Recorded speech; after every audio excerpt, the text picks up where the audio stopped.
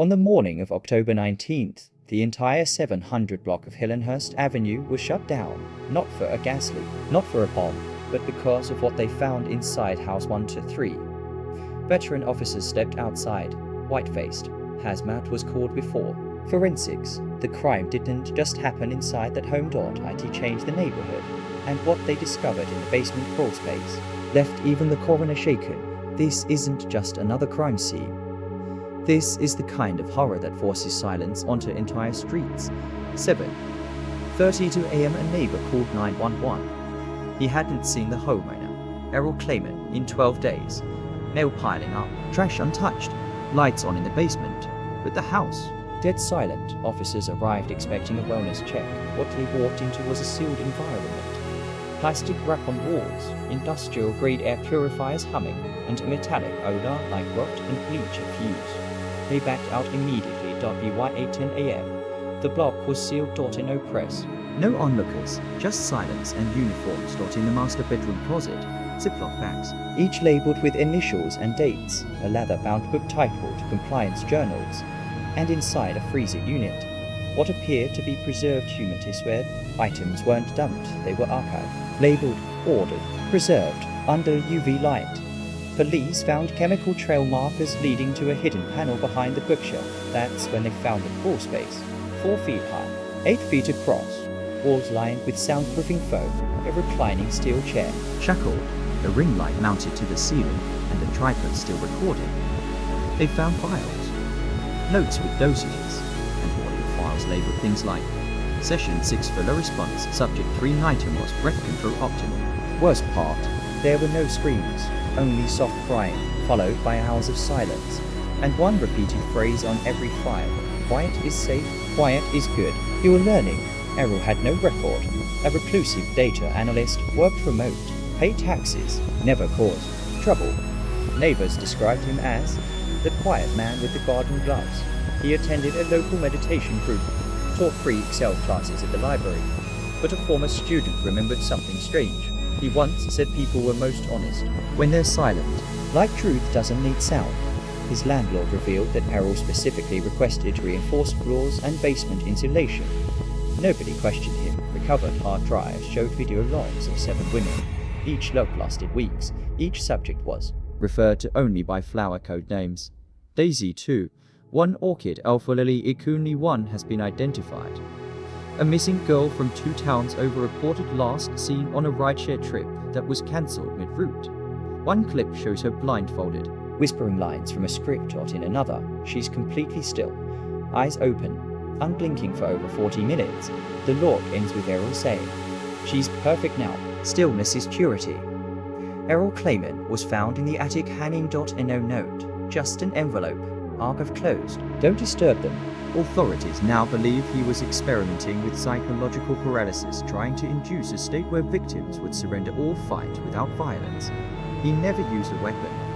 He used timing, repetition, deprivation. Forensic psychologists now refer to it as the Clayman method, a disturbing protocol for obedience training. The home has been demolished, but the neighborhood still won't speak to reporters. One resident said, "It's not just what he did, it's how long he did it, and how nobody knew.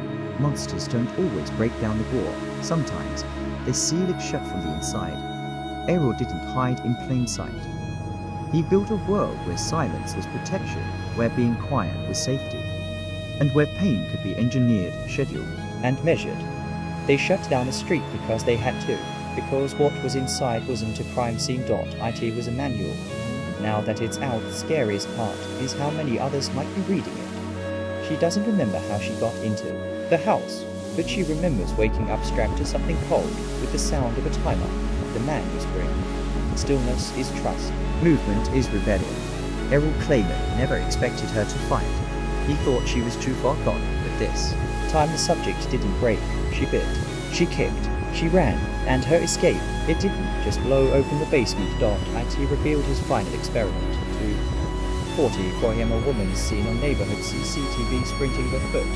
Her wrists still zip tied, clothes torn, face smeared with something black. She collapses at a porch that's blocks away. The homeowners call 911. Police arrive. She says only one word: basement she had been kept in room echo, unlike the others.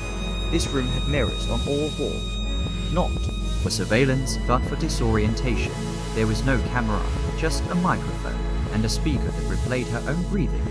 Her timeline: 4 days. He hadn't even begun the deep protocol stage. Why? Because she didn't submit. She screamed. She vomited. She kept resisting, so he sedated her longer. But sedation has risks, and he lost control of the dose. She came to confused, panicked, and in pain but aware, and she ran. Her escape led police to a new file labeled and Script Candidate 9. It was a chilling psychological checklist. Phase 1. Disrupt speech rhythm. Phase 2. Eliminate voluntary reflexes. Phase 3. Introduce mirror-based conflict. Phase 4. Identity nullification. Final. He believed if a subject stared at themselves long enough, they would lose the ability to resist who he said they were. The girl was supposed to reach Phase 3, but she broke the cycle. She remembered her real name. Her name has not been released. She had no public profiles, and no social media, and no digital trail. That's why he picked her. She was invisible, untraceable. But that invisibility may have saved her, because without people looking for her, he became sloppy. She had no missing person report, so he didn't log her restraints fully, didn't check her vitals as often. He thought no one would ever notice if she disappeared, but she noticed, and that was enough. He studied their breath, trained their stillness, filmed their silence, but he never planned for will. The girl who ran didn't just escape Errol claiming, she exposed the lie his entire system was built on, that silence equals submission, that obedience is inevitable, that fear always wins. He was wrong, because in the end, one screen broke everything. The drives were labeled, the videos were archived, but none of the women had names, only code names, only timestamps, only silence. Until now, because forensic analysts finally did what Clayman never thought possible at the start, giving the victims their names back. The FBI task force named it Operation Retrace. Their job? Reconstruct the movements, devices, and facial recognition data from Clayman's hard drives. Each victim file was scrubbed for. Geolocation measured attack-looking grants environmental audio strip reflections in window glass eye enhanced frame by frame. Scans allowed analysts to pinpoint 2 distinct public locations. One subject was filmed before disappearance, a bus terminal, and a library parking lot. From that, they had their first confirmed ID. Camille Rowe, 22, last seen on her way to work, unreported. Missing her family, thought she'd run away, but the truth, she'd been renamed Tulip 03 by Clayman Dot in total. 9 code names were found. Tulip 03 Violet Shorkit Aries Odalia Ecopini 1.2 Rose Flux Marigold North Lily Quiet, but only 4 have been positively identified. 3 were confirmed dead. 1 still missing, and 1 returned home before anyone even knew she'd been taken. Her case was closed as voluntary disappearance, but in Clayman's notes, he wrote, Rose Flux rejected Phase 2, release protocol activated. He let her go, and no one knows why. One of the logs references a red room, but no such room was discovered at House 1 to 3. Investigators believe a second property may exist, a rental, an off-grid location, or a previously purged location. Survivor 0, the barefoot woman who escaped. Confirmed, there was another space, smaller, with red walls. I only saw it once. He called it the quiet room. FBI analysts are now working with local realtors to track every short-term rental claimant ever used under his alias, N. Frazier. If that room exists, there may be victims we haven't even counted yet. To the bottom of the last drive, deep in encrypted folders, investigators found one more video. CTRL-10 faceted face. MP4 in it. Claimant speaks directly to the camera. They call me a predator, but I wasn't hunting. I was observing. They walked into stillness. I didn't take them. I taught them how to stay. Behind him, a girl partially visible, not matching any other victims, and she blinks 3 times. Deliberately, a signal. Investigators believe this was his next subject, but they still have no idea who she is. And that's what terrifies them. We know what he did. We know how he did it. But we still don't know how many. Every face recovered is a victory. Every code practice justice, but for the unknown girls in Room Echo, All the missing ones from Red Room stories are still locked inside silence, and until they're found, this case isn't over, not even close. Before the files, before the court case, before the girls with no names Michael Drexler was someone else. A quiet church volunteer, a janitor with keys. A man who sat in silence and watched. He wasn't alone, he was protected, and what the protection cost still hasn't been accounted for. St. Elena's Cathedral in Lansing, Michigan, where Drexler volunteered for 7 years sweeping floors, fixing lights, and running the media booth alone on Sundays. That booth was sealed off, soundproof. He had access to cameras. To power shut off. To the confessional booth feed after his arrest. Investigators found out he had been saving unedited surveillance footage. Footage not from the basement but from inside the church. Hidden inside Drexler's oldest hard drive were 3 folders. Tray Room Raw Water Makes Vigil Night Cutsage contained long-form audio recordings and zoomed camera angles of young women praying alone, staff members counseling, Minos confessional recordings without consent. But here's what chilled detectives. He wasn't watching for scandal. He was watching for vulnerability. In the margins of one folder he wrote, "She cries after 17 minutes. No eye contact. Ideal for conditioning." A former administrator, now retired, told the FBI they once warned the Archdiocese about Drexler's behavior. He spent too long near the girls' choir practices, and once we caught him downloading sermons that weren't his, but nothing was done. No investigation. He was simply transferred to another parish.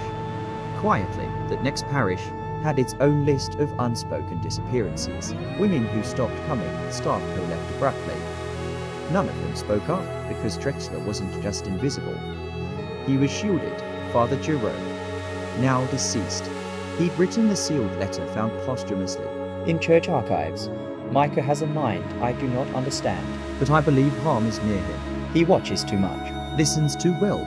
He begged the church to intervene, but the letter was never sent. Instead, Drexler stayed in service.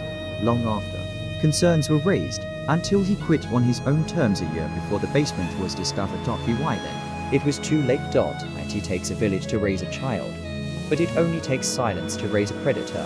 Michael Drexler didn't start in a basement. He started in the back pews, learning when people are most fragile, studying their rituals, and gaining trust. His crimes were born long before he ever recorded anything, and the people who could have stopped him didn't, because monsters don't just hide. They get invited in. The house is gone, the crawl space sealed, the tapes archived. But the survivors, they live on, haunted, remembering what the cameras didn't catch and what the courts couldn't understand. Because this was never about closure. This was about endurance, and the long, brutal road after the headlines fade. Therapists treating Drexler survivors now use the term conditioned silence syndrome. It describes victims trained not just to offer but to believe obedience kept them safe. Symptoms include fear of eye contact, anxiety, and stillness, compulsive movement, dissociative memory loss, and survivor only referred to as rose flux, described her days as a loop of checking if I'm allowed to breathe yet. Drexler's trial ended in conviction, but during sentencing, only one of the surviving women was allowed to read a statement. 2 were denied based on emotional stability. One had her trauma challenged in court because she couldn't remember. She dates 7 though dissociation was listed in her psych report. Her abuser's records were trusted. Her fractured memory wasn't. The irony, she was trained to forget, and then punished for forgetting. In 2025, 2 survivors filed a civil lawsuit not against Drexler, but against the parish and the state mental health board. Why? Because one administrator allegedly knew Drexler had filed for permits to soundproof a residence in 2018 and said nothing. Emails revealed subtle concerns. He's intense, but very private. I don't ask questions. The lawsuit exposed new documents, photos, one unlisted video labeled Room Omega. Still, authorities won't say what's in it, only that it confirms there were more than 9 subjects. Some of the women have changed names, some left the country. One, according to her advocate, has not spoken aloud in 17 months. Another, Tulip03, now volunteers with runaway teens. She still wears long sleeves, still never sleeps in silence, but in her words, if I don't speak, he wins again. That's why they did this documentary. That's why their stories matter. Not for drama, but because Drexler's method didn't lie with him. The structure still exists. What do you call justice? When the system that failed you judges you for surviving, What do you call peace when you're still afraid of quiet rooms? Micah Drexler didn't just record victims. He recorded their unmaking. He thought it was the final word, but the truth, they're still here, and they're not silent anymore. The case is closed, but the reckoning still unfolding every single day, someone chooses not to look away. The trial was over. The survivor spoke. The basement was gone. But then, one final drive turned up, not in the house, not in storage, but mailed anonymously to a local reporter in a brown envelope with one word written on it. Observe. What was inside that drive? Changed everything. This was no ordinary storage device. It was military-grade encrypted dot. IT took 3 months to crack. What investigators found was a folder labeled Beyond Basement in Sidewalk. 47 new video files, 118 pages of handwritten scans 9. Psychological diagrams, one voice memo titled Conditioning Future Subjects Unedited. In that memo, Drexler says, obedience is just phase 1. Next is dependence. Then comes internalization. He wasn't just documenting. He was building a methodology. Drexler had apparently begun testing outside the house, using local meetup groups, church retreats, online therapy communities. In one note, he writes, if the subject is unaware there. In the program, compliance is more authentic. He lists 12 names. Only 3 match previous victims. The rest still unaccounted for.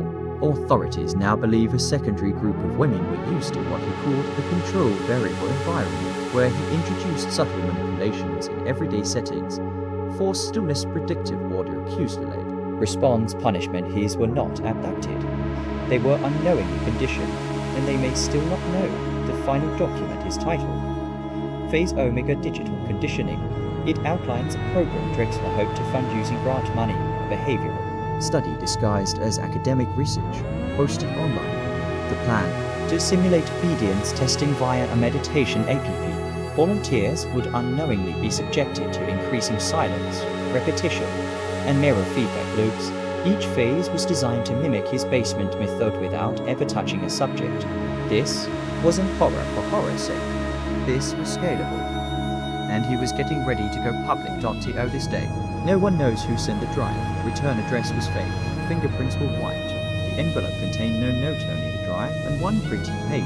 A still image from one of Drexler's tapes. A girl, eyes open, staring into a mirror, and below it a quote: "You cannot unsee silence." Was it a whistleblower? An accomplice? A survivor? No one has come forward, and that silence feels planned. We thought it ended in the basement.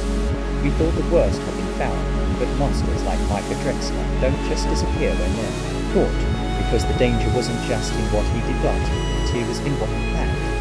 He built a system, mapped a method, documented a model, and someone else has those files now.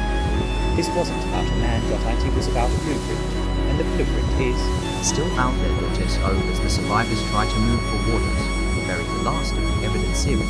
This: you can shut down a street, you can seal up a house, but you can't bury silence, because silence remembers, and somewhere, someone's still listening. Please don't forget to subscribe, like, share, and drop comment in the section below.